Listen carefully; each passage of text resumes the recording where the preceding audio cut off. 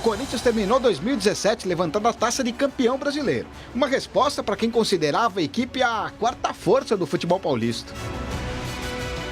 Foi uma resposta, sim, para todos os críticos, né? Até porque eu acho que seria legal também quem falou e falou coisa errada reconhecer o erro, né?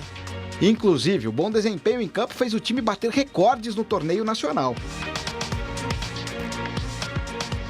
Foi o maior pontuador da história do primeiro turno, com 47 pontos ganhos em 57 disputados. Virou o único clube da era dos pontos corridos a terminar um turno de forma invicta e teve média de 40 mil pagantes por jogo, a melhor da equipe nos últimos 35 anos.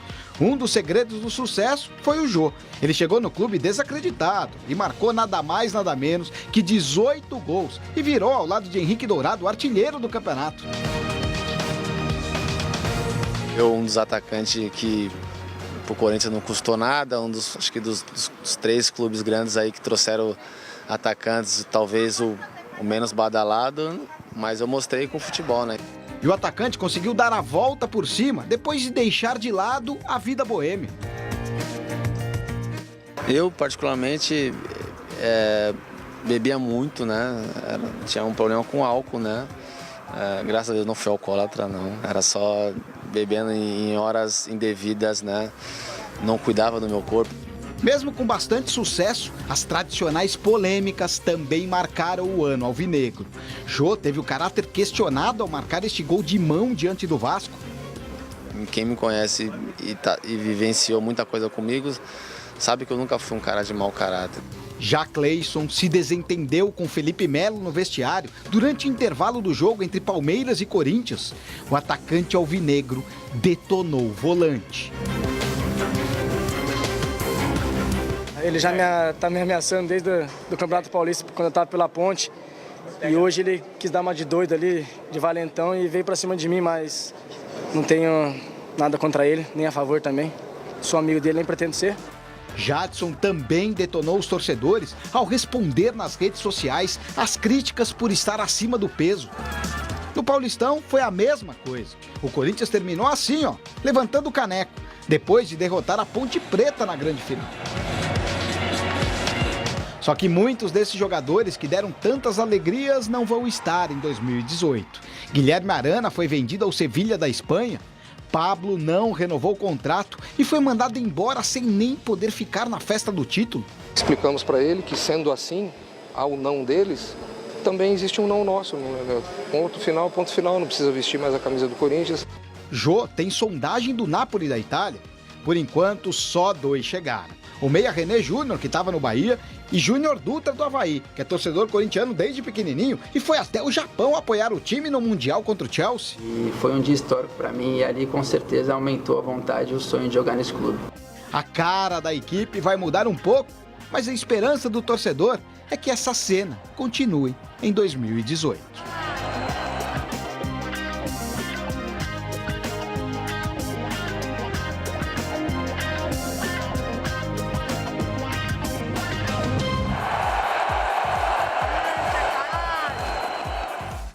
Olha, o Corinthians está perto de trazer o Fabinho Capixaba do Bahia, é um jogador que pode chegar e ainda briga pelo Scarpa, mas aí é um pouco mais distante. Juarez, o Jô foi o grande responsável por esse ano do Corinthians, principalmente no Campeonato Brasileiro, ou você atribui ao Carille? Não, foi uma força de conjunto, né? O Jô, sem o entrosamento do time do Corinthians, embora individualmente seja um grande jogador, não conseguiria fazer os gols. E evidentemente que a força de conjunto do Corinthians veio no crédito do treinador do Carille, do Fábio Carille, que os jogadores acreditaram nele, respeitaram ele, gostaram dele, admiraram o trabalho dele e o resultado final foi o Corinthians ganhar um campeonato espetacular do jeito que ganhou. Eu sei a bronca que os jogadores têm. Quando você falou, o Corinthians foi taxado como quarta força, né? Aí eu fiz a pergunta minha aqui, mas por quem? Muita gente falou, né? Vários jornalistas falaram. E esses caras continuam como cronista esportivo ainda? Você viu? O Gabriel pediu para se retratar. Eles tinham que se retratar, na sua opinião? Eu não sei, aí cada um cuida de si, né? Mas eu pergunto assim, o cara que fala uma besteira dessa, depois continua como jornalista esportivo? Com a maior cara de pau, como eu não sei de nada, não fui eu nunca toquei no assunto. Quer dizer, o Corinthians, na verdade, não teria que responder nada, nem os jogadores, porque o Corinthians é campeão. O campeão não tem que falar nada, é campeão e ganhou bem o campeonato de uma forma honesta e acabou, não tem que falar nada. E o Jô, quando voltou para o Corinthians, que ele falou, eu vivia na Boemia, vivi muito, eu estava lá o dia que ele voltou, entendeu? E ele pegou o violão e você não estava lá. Não tinha pouca gente. Ele pegou o violão e falou pro cara, toca aí. O cara pegou, tocou, ele falou assim, Coringão, aqui me tens de regresso e suplicante te peço. A volta do Boêmio, ele voltou. Tá certo, voltou mesmo. Olha, enquanto o Corinthians comemorou o ano, o Palmeiras achou a temporada um desastre, meu amigo. Vamos ver. Para a diretoria palmeirense, 2017 foi um desastre. É que o clube abriu os cofres nessa temporada, gastou 132 milhões de reais em contratações e tinha uma folha salarial de 15 milhões mensais.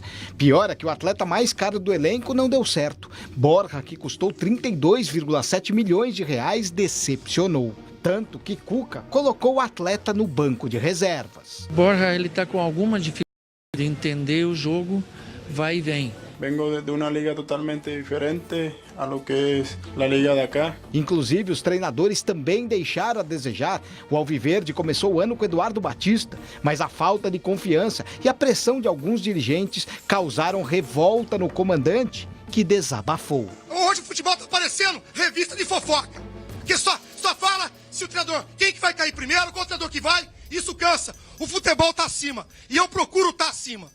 Só que a gente respeita, a gente é quieto, mas chega uma hora que ofende o homem. E eu sou homem pra c... Depois dessa entrevista, ele foi demitido. Cuca chegou como salvador da pátria, mas a instabilidade da equipe começou a desanimar o gaúcho, que tinha desculpa para isso na ponta da língua. Você pegar o time do ano passado e desse, o Palmeiras não fortaleceu, pelo contrário. Além de não fazer o time ter o mesmo sucesso de 2016, o treinador brigou feio com Felipe Melo e pediu o afastamento do volante. Franca e aberta, direta com o Felipe, eu antecipei aos fatos do problema futuro e, conversando diretamente com ele, eu deixei à vontade para que ele seguisse a carreira dele, a vida dele, que vai ser ainda brilhante, num outro lugar.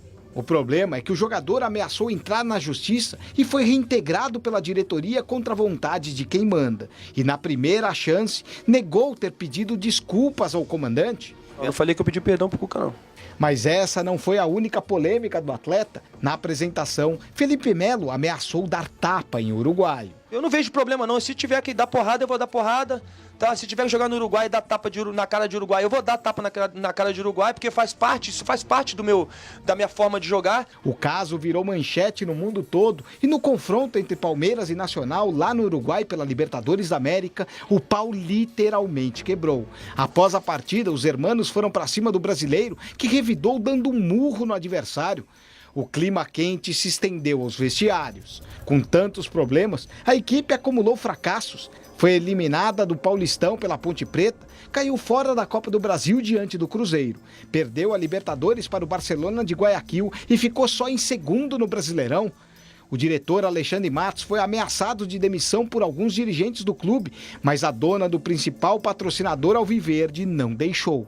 Confio tanto na capacidade do Alexandre Matos, que se ele sair do Palmeiras, eu vou rever esse investimento que eu faço na aquisição de novos atletas. Eu vou rever. Depois desse ano ruim, o time se reforçou ainda mais para 2018. Contratou o técnico Roger Machado, o lateral esquerdo do Cruzeiro, Diogo Barbosa, trouxe o badalado meia do Santos, Lucas Lima, e mesmo renovando com o goleiro Praz por mais uma temporada, acertou com o Everton do Atlético Paranaense. Tudo para que em 2018 a torcida volte a sorrir.